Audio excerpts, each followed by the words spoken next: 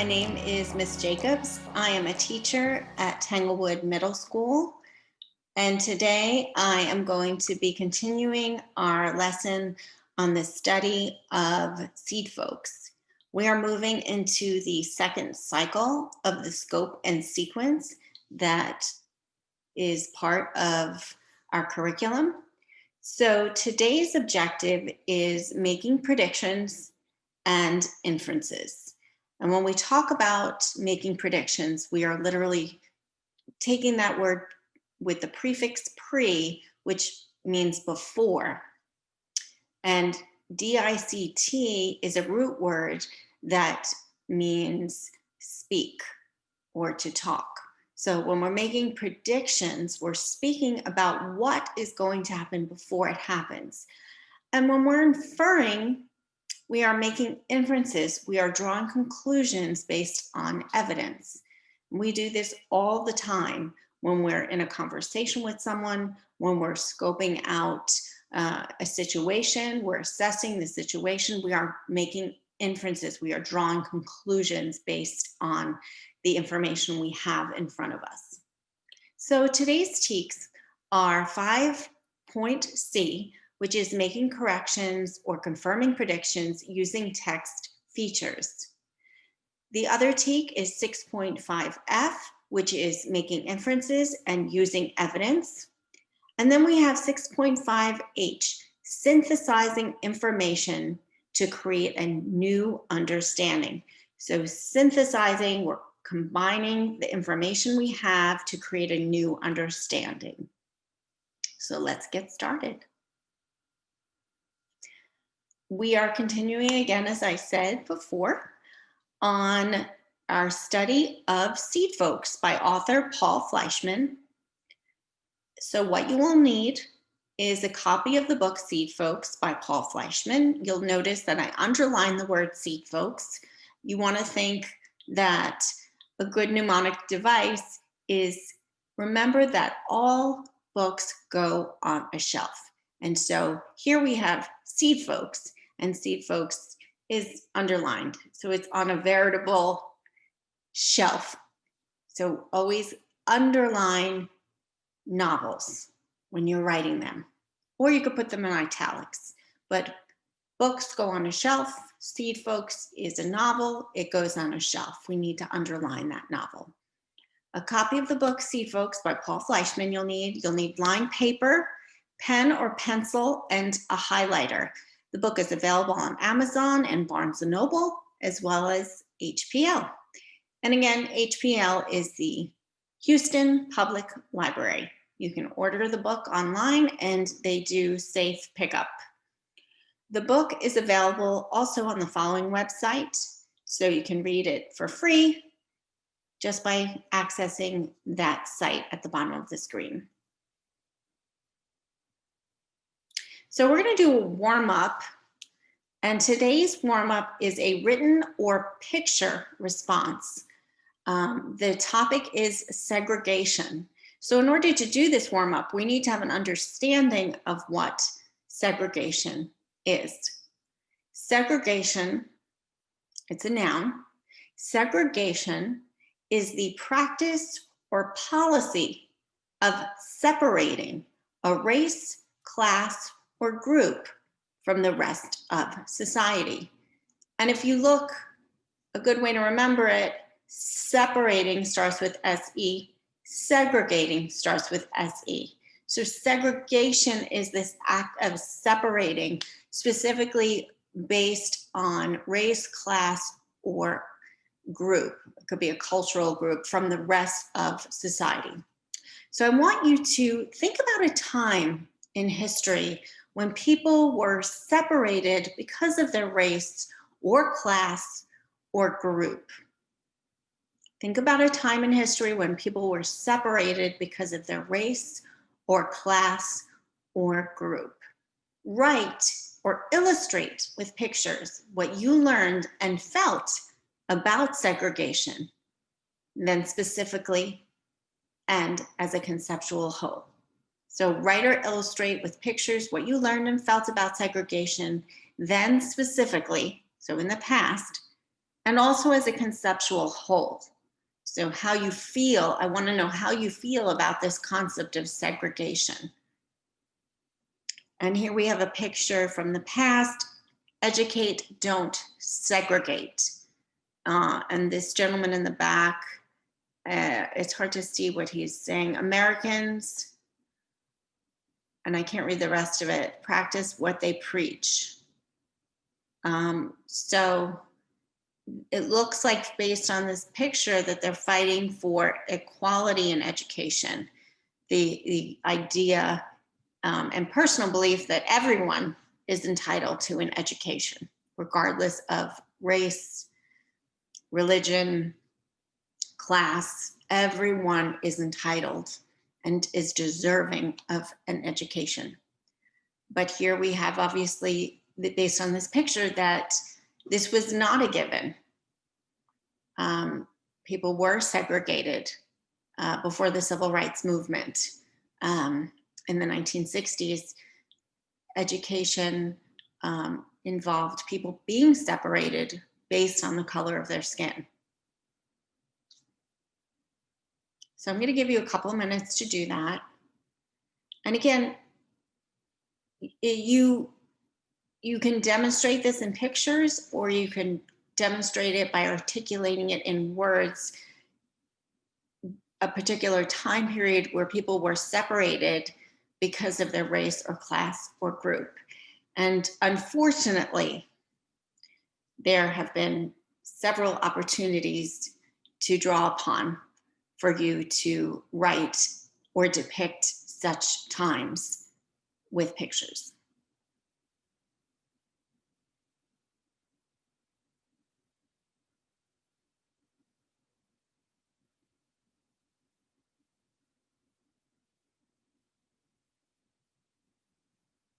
Give you another minute.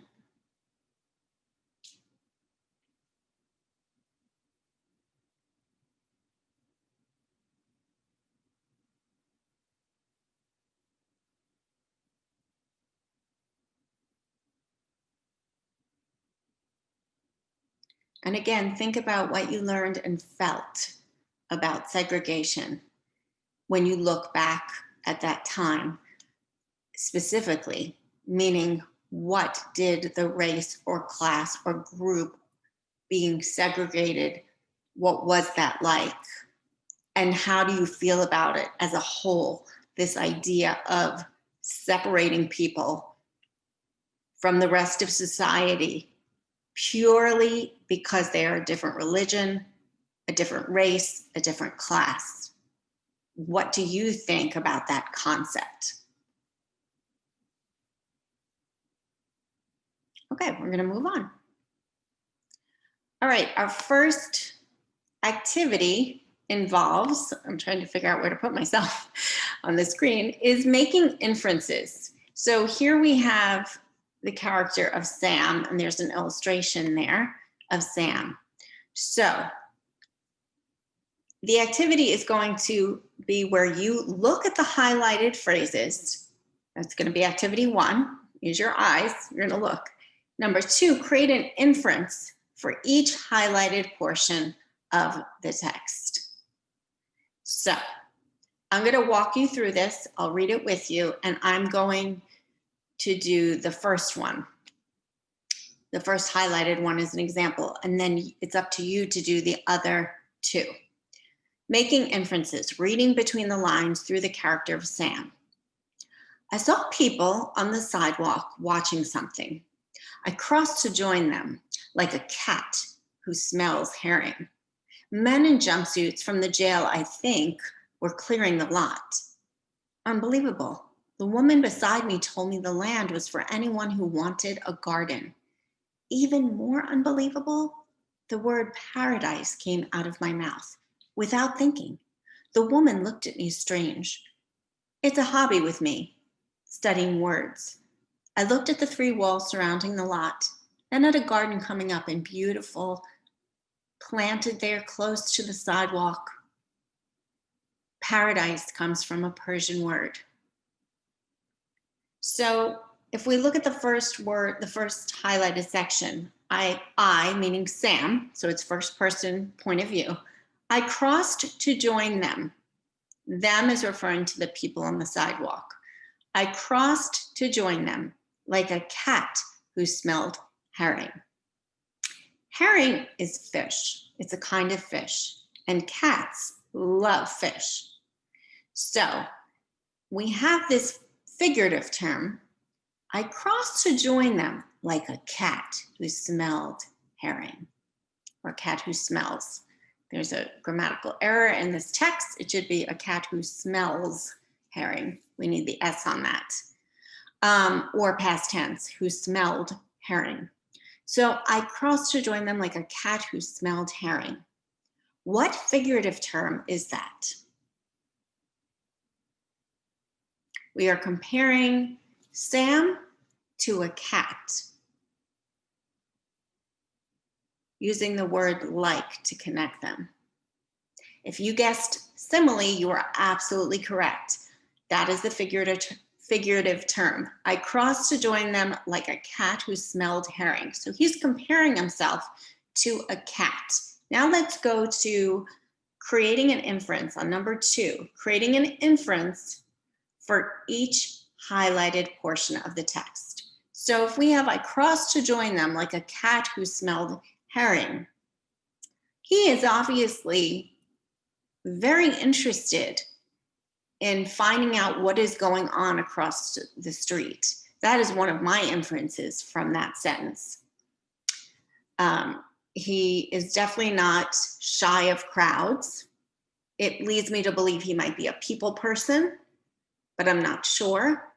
But this is someone who is interested in what's going on around him. That's something else I infer about him, all from that one sentence. So your job is to do the same thing for the other 2 highlighted phrases. So we have, it's a hobby with me studying words. What could you infer about that? Write it down. What can you infer about the last part? So I'm going to continue reading. We're on that second paragraph. So it means walked park. So the Persian word paradise means walked park. I told the woman that. This time she gave me a little smile. I smiled back. That's my occupation.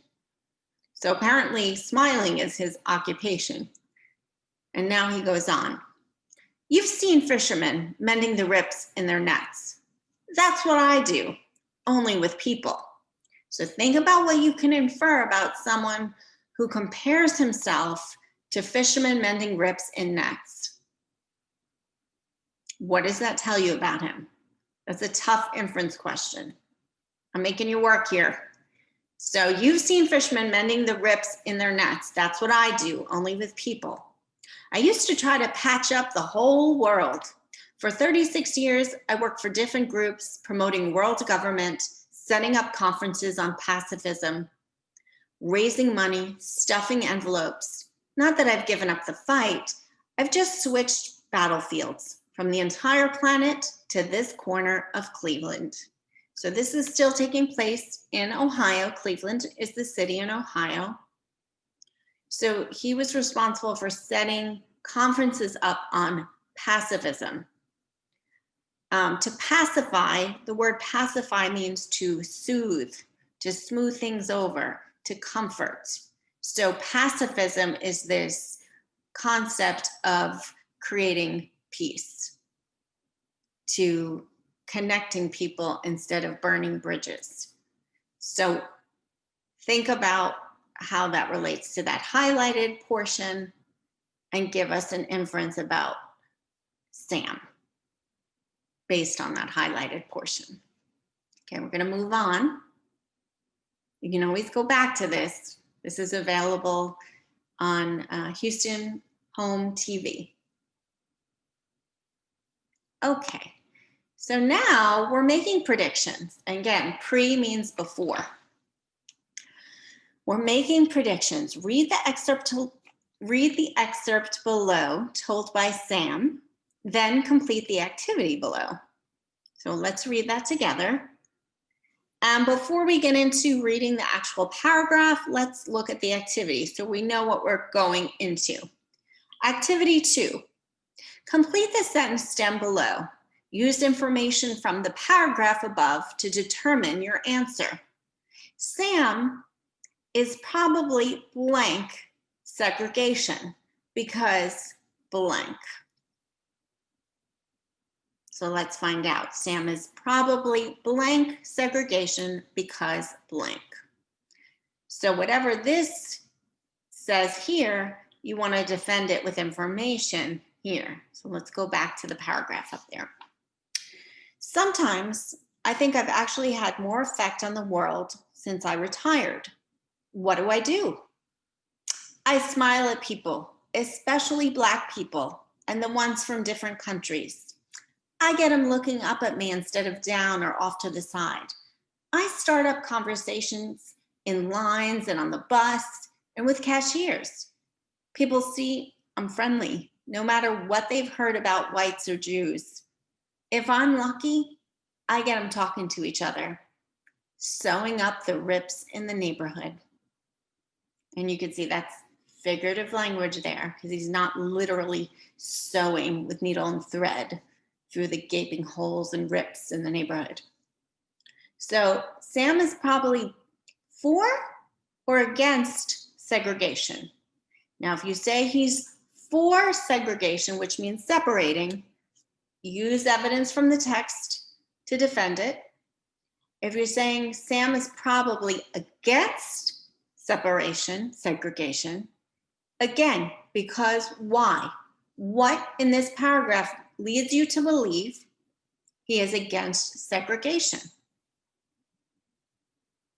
So I'm going to give you a moment to try and figure out what the first part is. Is he for or against segregation?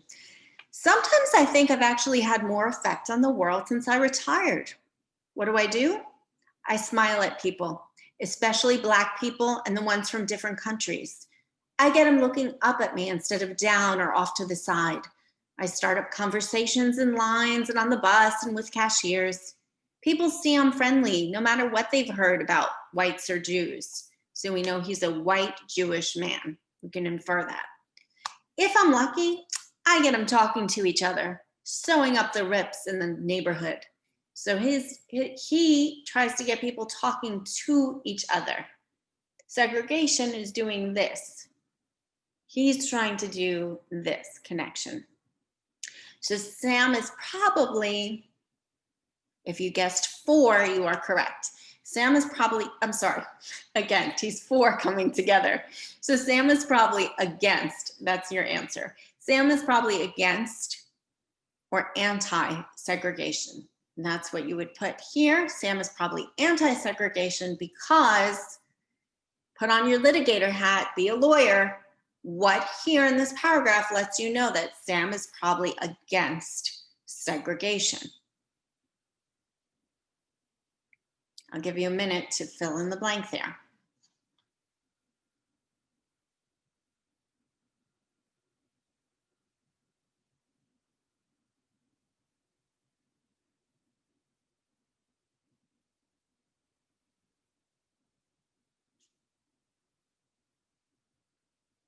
Okay, and again, you can always go back to this. It's on Houston Home TV. So now we're moving on to this idea of an analogy. This is a literary term, not a figurative term, but a literary term. Analogy is a comparison between two things that share similar traits or features. It is not a metaphor, it is not a simile, it is a comparison between two things that share similar traits or features or characteristics. So your activity is to read the paragraph. You're going to read it with me. Read the paragraph above. We're still in chapter 6 of Seed Folks, the character of Sam. Read the paragraph above and study the highlighted text. Complete the sentence below to identify the analogy. A duck gives birth to a duck, much like a group or race of people. Now, this is based on the paragraph. A duck gives birth to a duck, much like a group or race of people. Complete the sentence. So let's see what Sam has written. Water aside, we had other problems. People in the garden told friends and relatives. The lot was big, there was plenty of room. But newcomers joined, at least at the beginning. They could usually get a spot near people they knew. One Saturday, when the garden was fullest, I stood up a minute to straighten my back. And what did I see? With a few expectations, the blacks on one side, the whites on another, the Central Americans and Asians toward the back. The garden was a copy of the neighborhood. I guess I shouldn't have been surprised. A duck gives birth to a duckling, not a moose. Each group kept to itself, spoke its own language, and grew its own special crops. One man even put up a pole and flew the Philippine flag above his plot. A duck gives birth to a duck, much like a group or race of people. What do based on this paragraph? Not based in life, based on this paragraph. According to Sam's perspective, his first person point of view, a duck gives birth to a duck, much like, here's your metaphor, your analogy.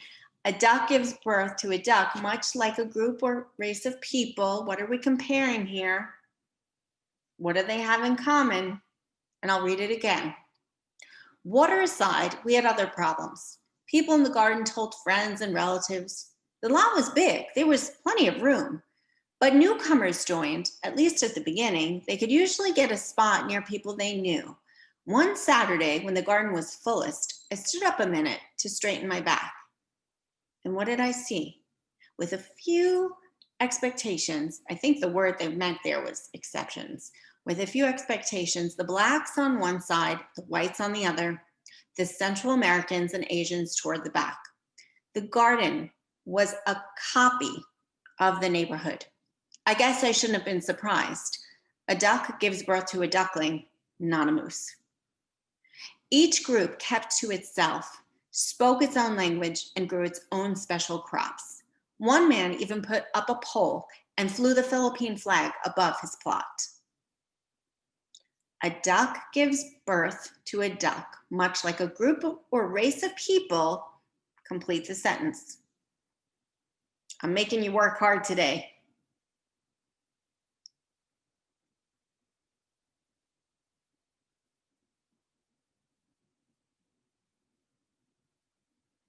Okay, we're going to finish up today with a synthesizing activity.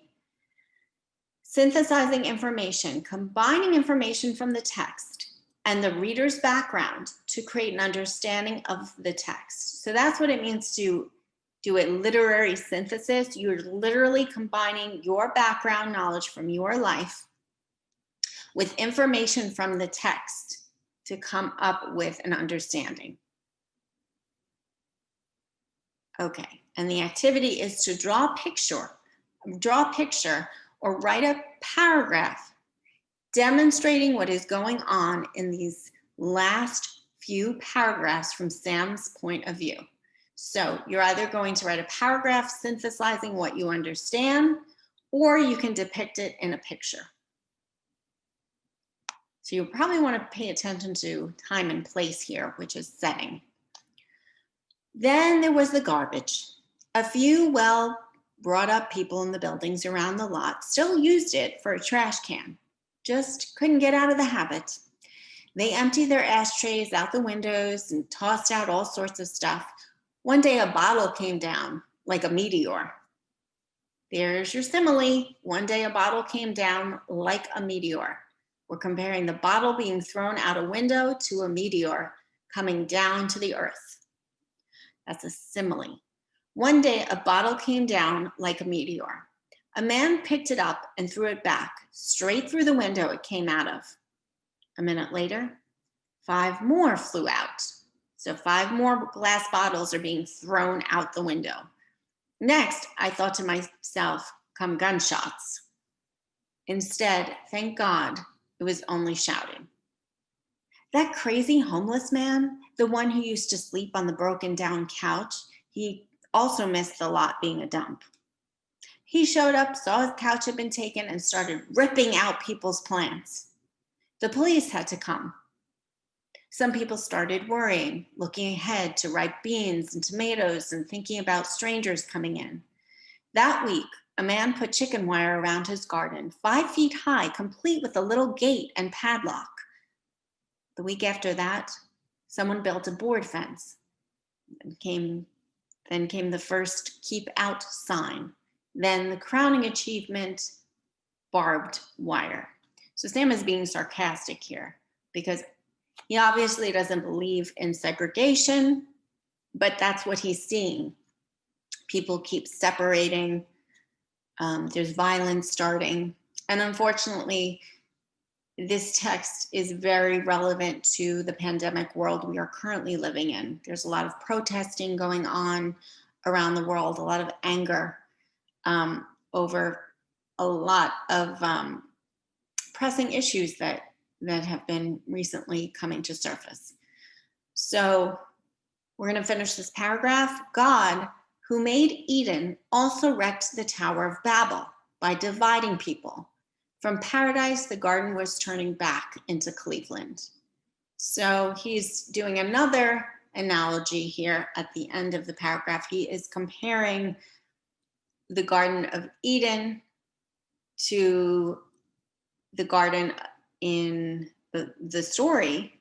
And just like the Garden of Eden is compared to the Tower of Babel, where people tried to reach closer to God, and God apparently in the Bible, if we take it as a literary text solely, for the purposes of this lesson, God came down and destroyed the Tower of Babel in the biblical story, because he was considered the one and only God and didn't like this idea of trying to reach him by building higher and higher. And just like it wrecked the Tower of Babel and people were divided that way over whether to have the Tower of Babel or not, Cleveland, Ohio went from being a Garden of Eden to back to being a lot because of the violence that ensued between neighbors and all of the barbed wire and gates and padlocks and the lack of trust between neighbors. That is the lesson for today. Again, my name is Miss Jacobs. I'm a middle school reading teacher, 6th grade, but I am a reading teacher for Houston TV. And I thank you for joining me today. We will continue to study Seed Folks and begin with chapter 7 next week. Be well.